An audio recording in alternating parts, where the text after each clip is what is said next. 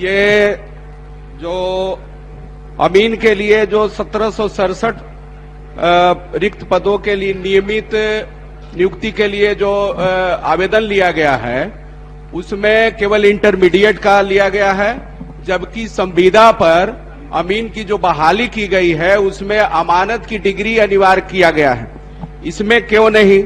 दूसरा कि अमीन का जो बहाली किया गया है, जिनका 10 साल नौकरी हो गया और वो उनके लिए जो वेटेज दिया गया था, तो वेटेज देने पर कई लोगों का उम्र खत्म हो गया महोदय।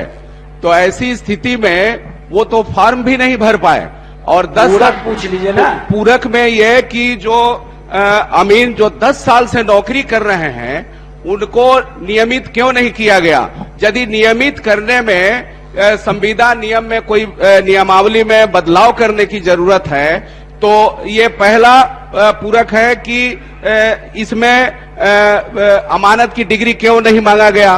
दूसरा कि इन 191 और 550 जो अमीन जो बहाल किए गए हैं उनको नियमित क्यों नहीं किया गया। तीसरा कि यदि संविदा कानून में बदलाव की जरूरत है नियमित करने में, तो क्या मंत्री महोदय बदलाव कर सकते हैं? माननीय मंत्री जी 3 पूरक पूछे हैं, बता दीजिए। पहला, माननीय अध्यक्ष महोदय, इनका कहना है कि जो लोग संविदा पर हैं उनको परमानेंट किया जाए, ऐसा व्यवस्था नहीं है। दूसरा कि 1767 जो परमानेंट अमीन की बहाली निकली है उसमें जो लोग उसमें अप्लाई किए होंगे उनके प्रतिवर्ष कार्य के अनुभव के आधार पर 5 साल तक यानी 5 नंबर उनको एक्स्ट्रा दिया जाएगा, यानी 5 साल में 25 नंबर एक्स्ट्रा दिया जाएगा। और इनका और तीसरा क्या था सर? हाँ, तीसरा क्या था? पहले तो उम्र। आप काहे के लिए उठते? अभी वो खड़े हैं, आप हेल्प करना चाहते हैं, आप जो तो 5 चले जाइए साल बगल में उनके हेल्प करिए। मंत्री महोदय 5 साल में आपने कहा कि 5 साल में 5-5 अंक बढ़ा दिया जाए, लेकिन जो 10 साल नौकरी कर चुके हैं संविदा महोदय 10 साल जो नौकरी कर चुके हैं उनका एज खत्म हो गया। ठीक है, उन्होंने अप्लाई भी नहीं किया। बढ़ जाइए आप। हाँ, ऐसा प्रावधान नहीं है। और वो 10 साल के बाद वो कहाँ जाएंगे? उनका क्या होगा? संविदा पर ऐसा कॉन्ट्रैक्ट जिस समय नौकरी के लिए आए थे, ऐसा कहीं कोई प्रावधान नहीं है कि उनको 10 साल 15 साल बीत जाएगा, उम्र समाप्त हो जाए, उसके बाद भी रखेंगे।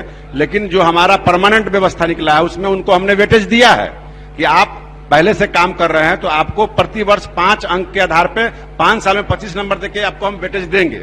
चलिए ठीक है। श्री पंकज कुमार मिश्र।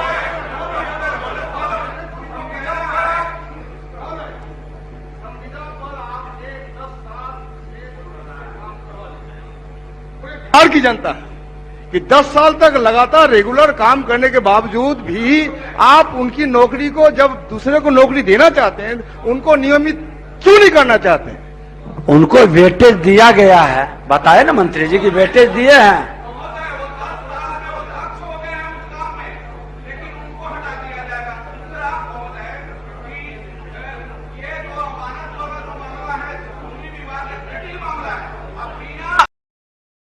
अमानत की डिग्री के केवल साधारण डिग्री के जरिए आप नियुक्ति ले रहे हैं, तो वो कैसे हल कर पाएंगे? अब वो बजाबते वो लोग अमानत की डिग्री के साथ नौकरी कर रहे हैं, उनको लेकिन आप लेने को तैयार नहीं है। ये इसमें यदि नियमावली में बदलाव की जरूरत है महोदय, तो बदलाव करने की जरूरत है। चलिए, आपका सुझाव को ग्रहण करेंगे। चलिए आगे। श्री पंकज कुमार मिश्र। पूछता हूँ माननीय मंत्री कृषि विभाग श्री सिद्धार्थ सौरभ। अध्यक्ष महोदय, आपके माध्यम से मैं उत्तर संलग्न है, पूरा पूछता हूं कि बिहार एडवर्टीजमेंट पॉलिसी 2008 के अंतर्गत, या यूं कहा जाए बिहार विज्ञापन नीति 2008 के अंतर्गत, हर नगर पंचायत को यह सुनिश्चित कराना है कि बहाली की सूचना का प्रकाशन सूचना जनसंपर्क विभाग से प्रचलित अखबार में कराया जाए। ये प्रक्रिया विक्रम नगर पंचायत के द्वारा पूरी की गई थी कि नहीं, ये जानकारी हम लेना चाहेंगे। नगर विकास आवास माननीय मंत्री। अध्यक्ष महोदय, नगर पंचायत विक्रम के कार्यपालक पदाधिकारी द्वारा जो प्रतिवेदित किया गया है कि विभागीय पत्रांक 359 दिनांक 1/2/2012 द्वारा स्वीकृत 9 पदों के विरुद्ध जिला पदाधिकारी पटना के पत्रांक 1150, 1151, 1152, 1153 एवं 1154 दिनांक 4/4/2013 द्वारा सृजित पदों का आरक्षण रोस्टर बिंदु अनुमोदित किया गया है। उक्त पदों के विरुद्ध अनुमोदित आरक्षण रोस्टर का अनुपालन करते हुए समाचार पत्रों में विज्ञापन प्रकाशित कराकर नियुक्ति की गई है।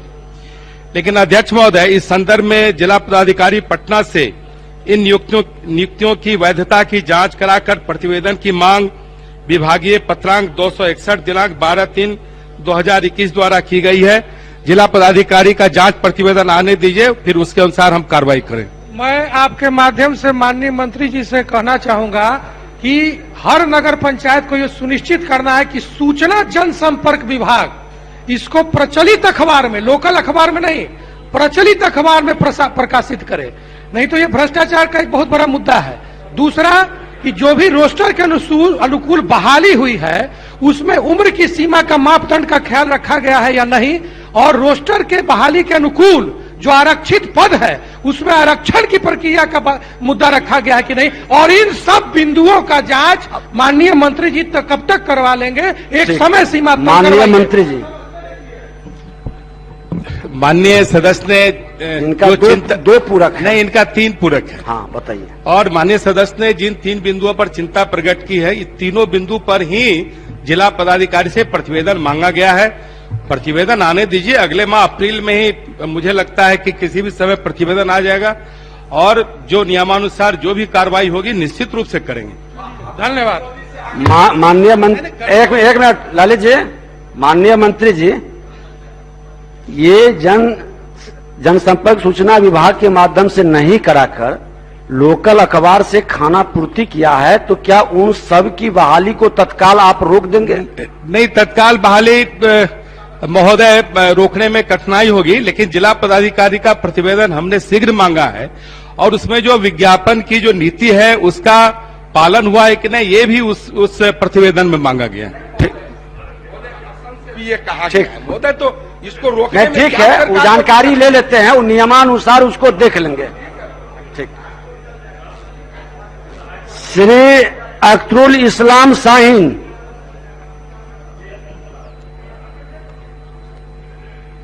पूरक पूछ लीजिए।